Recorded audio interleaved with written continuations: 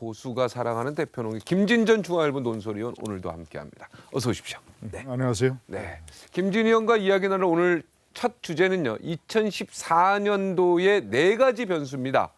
올해를 강타할 첫 번째 변수입니다. 네, 탄핵 여부가 어떻게 결정되느냐. 박근혜 정권의 운명을 가를 헌법재판소의 대통령 탄핵 심판이 오늘 본격적으로 이제 변론이 시작됐습니다. 자, 결과 어떻게 예상하십니까? 탄핵이 만약에 받아들여지면 3월 초 결정, 네. 5월 초 대통령 선거로 보고요. 근데 박한천 헌법재판소장의 그 오늘 의지 딱 얼굴 보니까 1월 말에도 가능할 수도 있지 않을까 난 잠깐 그 생각도 했어요. 속도를 내겠다. 오늘 또 얘기를 하셨거든요. 1월 말은 헌재가 좀 부담스러울 겁니다. 왜냐하면 노무현 대통령 탄핵이 63일이 걸렸는데 네. 훨씬 간단했지 않습니까? 내용이. 네. 그 간단한 내용도 63일 걸렸는데 그 전에 해버리면 헌재가 졸속 심리다. 아, 그런 비판 받았어요. 이 어떤 시류에 영합했다.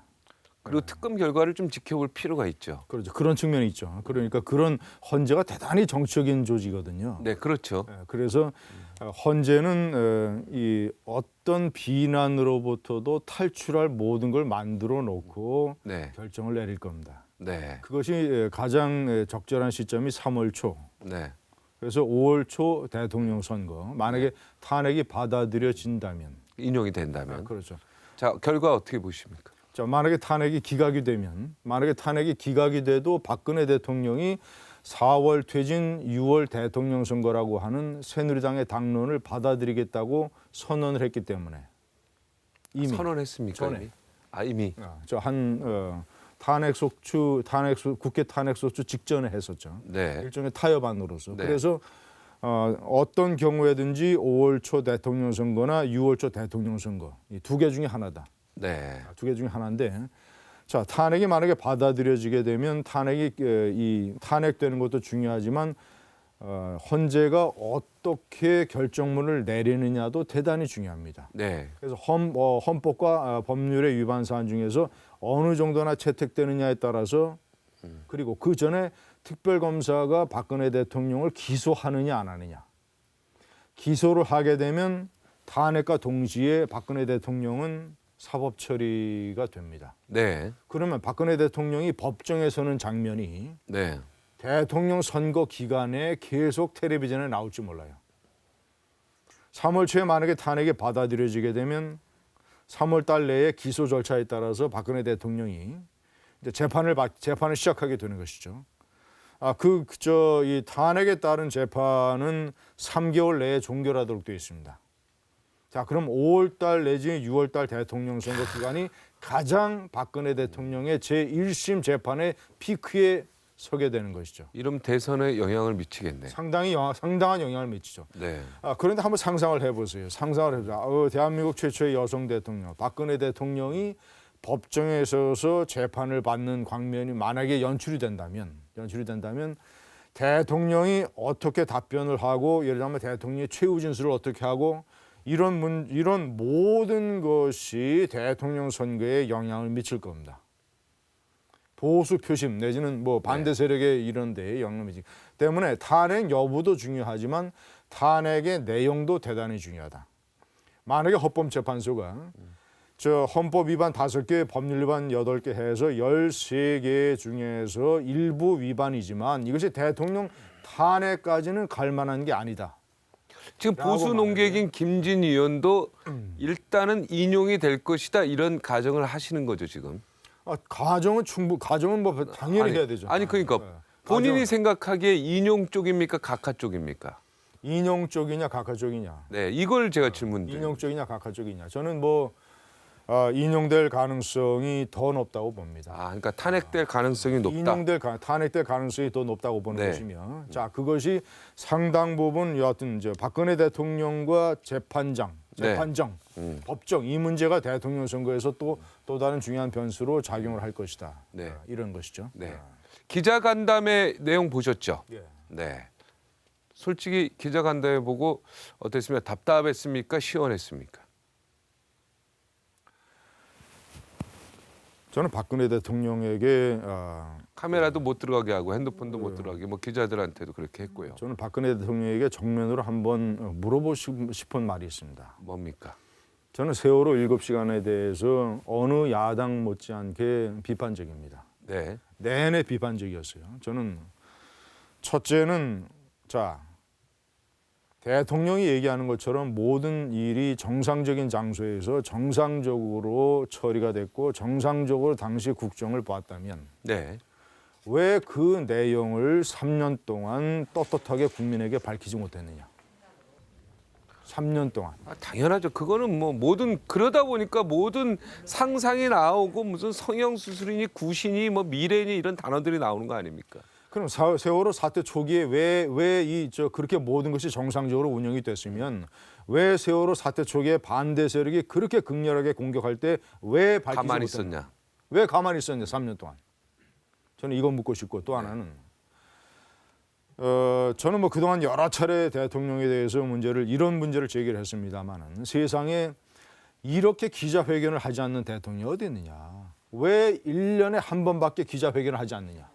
대통령이 최근 수년 동안에 신년 기자회견만 했습니다. 네. 1년에 한 번 했어요. 오바마 대통령은 일주일에 한 번 하는데. 그것도 뭐 질문을 제대로 받은 것도 아니에요. 한 번인가 받았습니다. 그리고 제가 이제 여러 기억하기로. 차례 이제 구성이 돼 있지 않습니까? 네. 사전에 청와대 출입 기자해서 잘 아유, 아시죠? 오래 했습니다, 예, 저는. 그러니까 사전에 구성이 된 그런 상황에서 하는 기자회견만 1년에 한 번을 했어요. 아니, 그러니까 역대 대통령들도 사전에 구성이 됐는데요. 그 질문을 받았거든요. 그 질문도 이제 구성이 된 질문입니다. 사실 솔직히 말씀드리면 거의 95%는. 그런데 박근혜 대통령은 그 질문 받는 것도 첫 회인가 두 회째까지는 안 했어요. 제 기억에. 그래서 왜 그 기자 간담회를 안 하냐. 그것까지도 문제가 조금 됐었죠. 제 기억으로 그렇습니다. 아니 그래서 박근혜 대통령에게 제가 물어보고 싶은 거는 Q&A를 해야죠. 지금 Q&A. 박근혜 대통령이 굉장히 억울하다는 거 아닙니까? 네. 본인의 주장이 네. 억울하고 갑갑하고 아쉽다. 그래서 내가 국민들에게 설명을 해야 될 것이 상당히 많다. 너무 억울하다. 하소연하고 싶다. 그래서 새해 벽두에 기자들을 그렇게 불러 모은 거 아닙니까? 그것도 뭐 갑작스럽게 번개팅이죠. 어떻게 보면은. 그러니까요. 네. 자, 그래서 물어보고 싶은 거지. 본인이 억울할 때는 그렇게 적극적으로 기자회견을 하고 기자들을 만나면서 국민이 억울하고 국민이 갑갑하고 국민이 대통령으로부터 얘기 듣고 싶을 때는 왜 그렇게 기자회견 안 했냐? 그거 질문하고 싶고. 네. 그리고요. 청와대 출입 기자들도 그때 어저께 같은 경우는 카메라도 들도 못하게 하고 핸드폰도 들어오지 못하고 펜만 갖고 오라고 했는데 제가 볼 때는요. 이것도 카메라 기자들이 그래도 풀 영상단은 한 그 대표로 풀단이라 그러죠.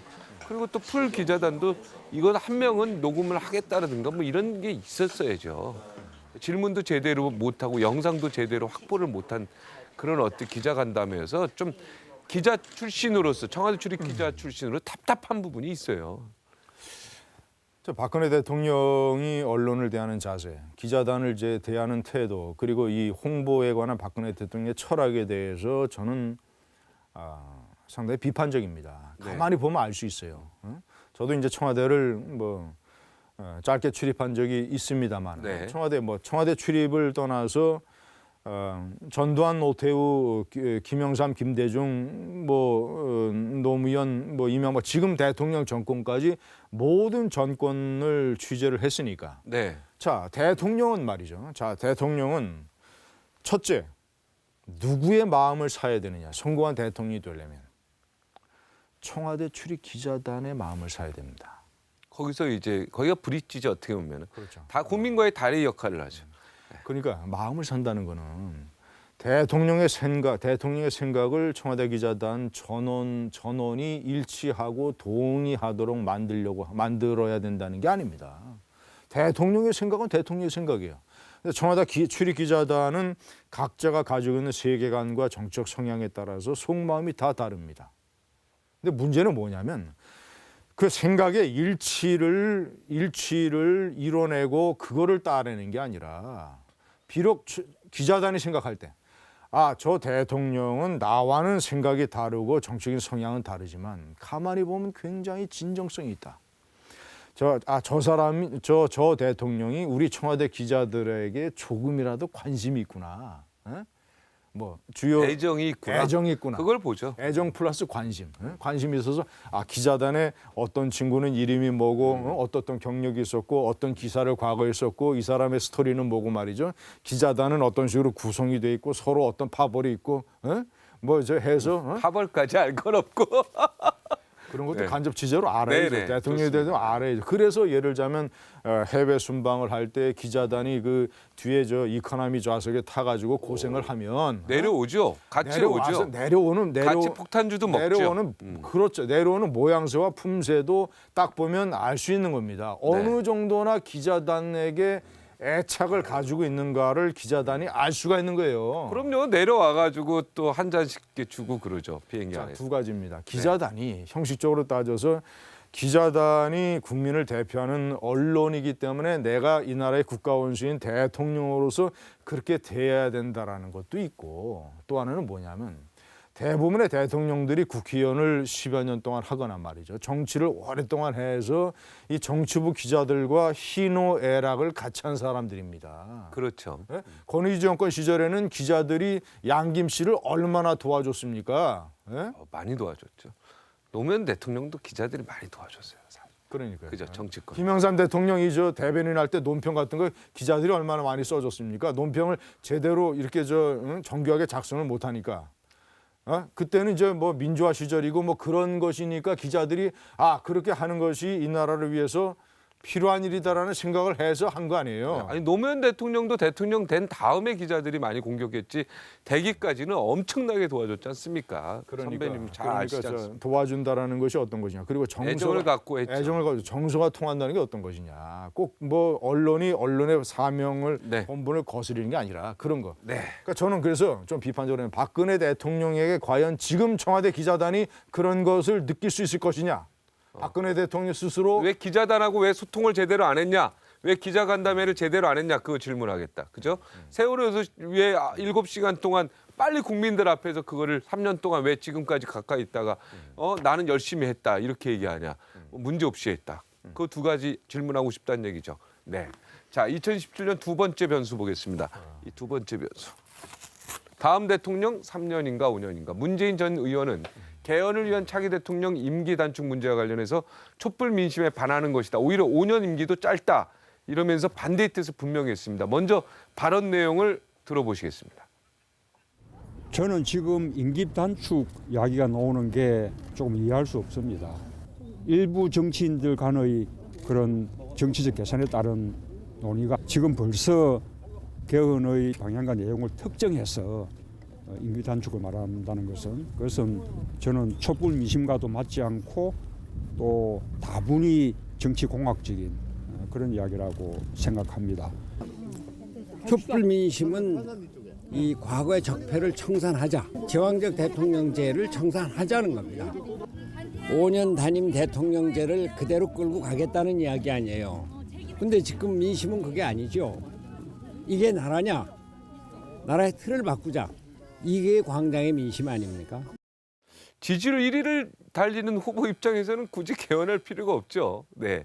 그래서 문재인 후보는 지금 개헌에 대해서 부정적인 거 아닙니까? 반면에 지금 뭐 반기문 총장까지요. 전부 다 다른 분들은 개헌에 전부 찬성하는 분위기예요. 네. 이 부분에 대해서 어떻게 생각하십니까? 자, 시청자 여러분들을 위해서 조금 이제 그 설명을 드리면 대통령 선거 전에 개헌을 하나, 당선된 대통령이 개헌을 하나, 만약에 개헌을 하게 된다면 이번에 뽑는 대통령은 임기가 3년짜리 대통령이 됩니다. 3년짜리가 됩니다. 네. 왜냐 어떤 식으로 개헌을 하든 대통령 4년 중임제로 하든 의원 집정부제로 하든 의원 내각제로 하든 2020년 다음 국회의원 총선 때 권력 체제를 새로 뽑아야 됩니다. 네. 그렇기 때문에 그러기 위해서는 대통령이 임기를 3년으로 단축해야 됩니다. 지금 개헌을 하나, 다음 대통령 임기 중에 개헌을 하나. 네. 자, 그건 뭐 그런데 차이가 있다면 지금 개헌을 하면 대통령 선거 전에 개헌을 하게 되면 만약에 4년 중임제로 개헌을 하게 되면 자, 5월이나 6월 달에 대통령 선거 때 뽑게 되는 대통령이 한 번 더 할 수 있어요. 4년을 더 할 수 있어요. 네. 그럼 7년짜리 대통령이 될 수 있습니다. 네. 7년짜리. 네. 자, 그러니까 문재인 전 대표의 논리라면 저는 나는 내가 대통령을 잘할 자신이 있기 때문에 7년짜리 대통령을 하겠다. 그렇죠. 그렇죠. 그래서 대통령 선거 전에 개헌하자. 네. 대신 4년 중임제 중임제로? 개헌을 하자. 내각제나 이원 집정부제 말고. 네. 왜냐하면 최근에 여론조사에서 국민의 절반이 찬성하는 제도가 4년 대통령 중임제죠. 4년 중임제이기 때문에 네. 내각제는 10%도 안 됩니다. 네. 자, 그렇기 때문에 자 국민의 절반 다수가 그리고 이원 집정부제보다 4년 중임제가 한 더블 스코어 정도 됩니다. 네네네. 자, 그러면 국민의 다수가 찬성을 하는 4년 중임제로 지금 개헌하자. 그래서 이 룰대로 5월, 6월 대통령 선거 때 새 대통령을 뽑자. 그래서 그 대통령이 3년 동안 하는 걸 보고 또 4년 못하면 임기를 더 주자. 못하면 그 대통령 자르고. 그렇게 나오면 좋은데요. 자, 그게 오히려 당당하지 않습니까? 네. 내가 대통령을 잘할 능력이 있으니까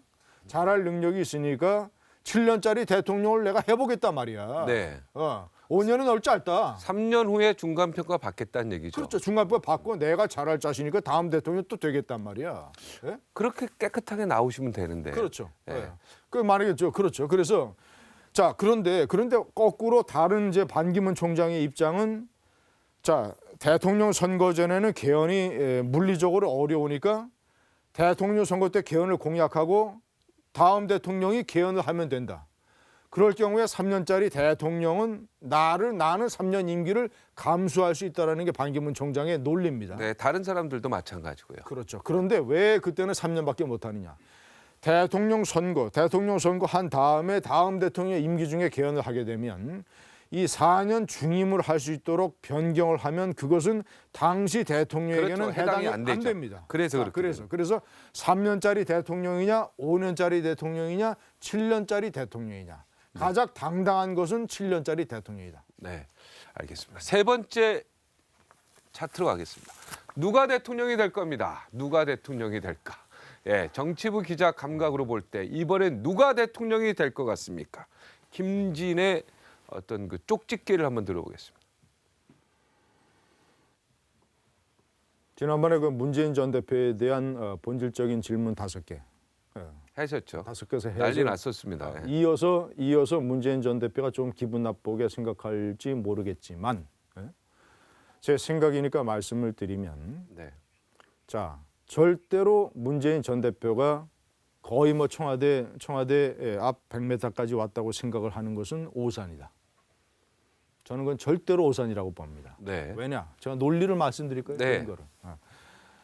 뭐 여론조사를 하면 뭐 양자 대결에서도 이기고 삼자 대결에서도 이기고 뭐 최근에는 큰 폭으로 나왔으니까 그런 생각을 가질지 모르죠. 그러나 자, 제가 판단할 첫째는 진보 좌파 정권의 집권을 반대하는 사람들. 네. 누가 되든 진보 좌파 집권을 반대하는 사람이 최소한 60%가 넘는다. 네. 누가 대통령이 될까? 이렇게 네. 슈퍼로 좀 넣어주세요. 네. 네. 자, 그래서 누가 대통령이 될까? 자, 그래서 어쨌거나 진보 좌파 정권의 집권을 막는 사람이 최소한 60%가 된다. 네. 자, 그래서 이 60%라고 하는 구슬을 꿰 수 있는 예를 들자면 그 60%의 구심점이자 새로운 깃발이자 보수의 새로운 희망이 나타나게 되면 무게중심이 그쪽으로 확 쏠릴 수가 있다. 네. 자, 근데 오늘 상당히 의미심장한 사태 이게 중요한 얘기예요. 예, 지금. 자, 지금 오늘 상당히 말이죠. 네. 의미심장한 사태 진전들이 이루어지고 있습니다. 아까 초기에 우리 박 앵커가 모두 발언에 얘기한 임명진 위원장과 서청원 최경환 의원의 힘겨루기. 이것이 작은 것 같지만 엄청나게 중요한 판의 변화를 가져올 수 있는 단초가 될 수 있습니다. 왜냐? 네. 원칙적으로 논리적으로는 서청원, 최경환 이 두 사람에게 책임을 물어서 대표 주자로 탈당하라고 하는 인적 청산을 하는 것이 사실은 논리적으로는 그다지 맞지 않습니다. 왜냐하면 저 당의 전체가 오물인데 네. 저 당 자체 전체가 오물인데 얼굴에 묻은 오물 2개를 떼어내겠다는 거 아니에요. 네. 논리로 보자면 그렇지 네, 않습니까? 별로 의미가 없는 얘기다 이런 그러니까 얘기죠. 자 논리로 보자면 원칙으로 네. 보자면 네네네. 가치로 보자면 저 당 전체가 오물인데 얼굴 왼쪽 뺨 오른뺨에 있는 이 오물 2개를 떼어내겠다는 거 아니에요. 네네네. 자 그럼 현실에는 어떻게 네. 되냐? 지금 비박계 있지 않습니까? 탈당한 비박계 개혁 보수 신당의 핵심 멤버들 김무성, 유승민, 주호영 네네. 이런 사람들 핵심 멤버들이 탈당을 한 주요한 이유 중에 하나가 여러 명분을 댔지만 친박의 대표급 핵심들 서청원, 최경환 의원하고는 절대 같이 못하겠다는 거예요. 그렇죠. 그게 핵심이죠. 자 그러면 현실적으로는 어떻게 되느냐? 현실적으로는 만약에 서청원, 최경환 의원이 탈당을 하게 되면 네.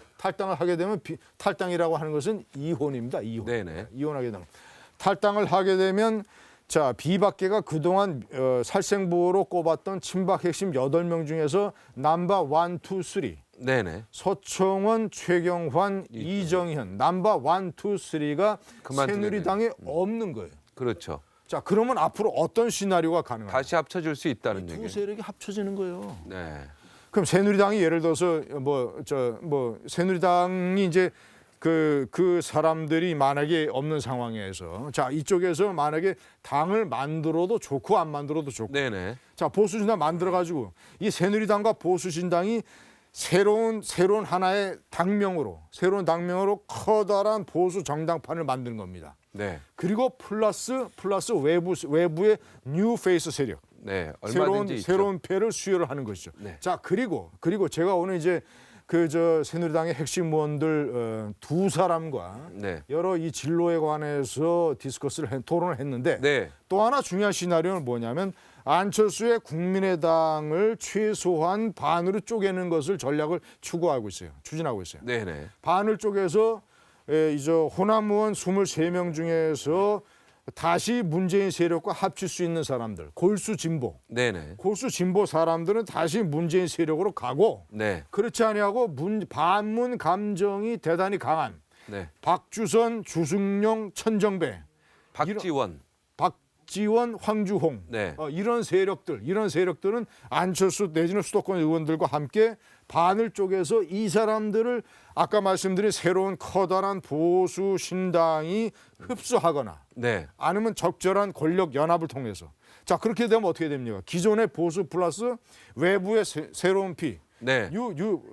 해서 안철수나 이런 사람들까지 다 들어와서 드라마틱한 경선 드라마를 만드는 거예요. 네. 어떻게 되냐면 자 반기문, 유승민, 남경필, 손학규, 안철수 플러스 외부의 QC. 이 QC는 대다수 국민의 관심을 받을 수 있고 다수 국민에게 신선한 충격을 줄 수 있는 완벽한 새로운 피. 네. 뉴 페이스. 네. 해서 5-6명이 경선 드라마를 하는데 네. 제가 봤을 때는 틀림없이 후보 경선 방식을 국민 다수가 결정하는 방식으로 할 겁니다. 네네. 국민 당연하죠. 경선으로 할 거예요, 네네. 대부분. 네네. 그리고 어떻게 하냐면 각 지역마다 어떤 이 오르락 내리락 엎치락 뒤치락을 만들기 위해서 지역 경선을 많이 할 거예요. 4년 전에 문재인 후보가 당선됐을 때 민주당에서 13번을 했습니다. 네. 문재인 후보가 13대 0으로 이겼어요. 네. 13대 0으로.